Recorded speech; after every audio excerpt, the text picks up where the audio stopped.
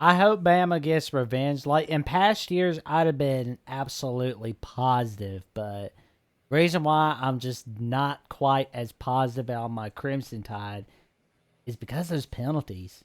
Yes. The penalties are a problem, which is something that shocks me because like the 2020 national championship team and like in prior years, Alabama was always disciplined. They were one of the fewest penalized teams in college football almost every single year. And the last 3 seasons, they've been one of the most penalized teams in college football. That's bizarre. I don't understand why. And that has almost cost them a couple of more games and just besides that Texas game this season. So I agree with you. If Alabama wants to have a shot to make the college football playoff this year and win out, they have to improve on the penalties and they have to, have Milroe show more improvements, but definitely the penalties because penalties do cost you games. Well, I think what's really been hurting us is that we don't have Scott Cochran. The moment that he left for Georgia, it's been really ugly. Mm-hmm. I We're mean, it's just not. crazy that a coach that a lot of people would not even talk about makes a difference, but sometimes it can. Everybody behind the scenes can make a difference. Oh, for sure. I mean, it's not just the guy in front; it's the guy in the back room. A Mm-hmm. bit different. Scott Like it with a Cochran's good. movie, the guys behind the scenes make a movie even better. Same thing. Lights, camera, action.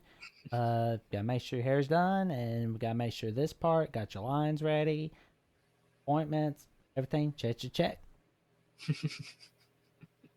That's what you gotta do. It's.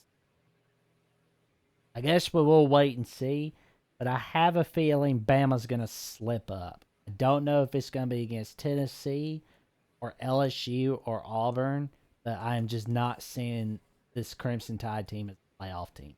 They're just not.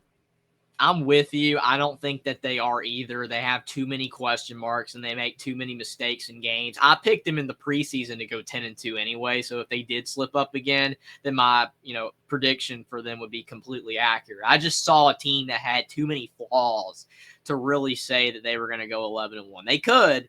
They have the talent to go 11-1.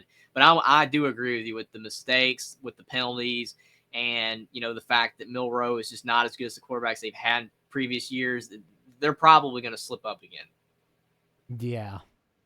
But we know we're not slipping up against Chattanooga or Kentucky. That I'm If they comfortable did knowing. lose to Chattanooga, that would just be that would break the internet. But yeah, that's not happening. Oh man, a lot of people would be talking about that.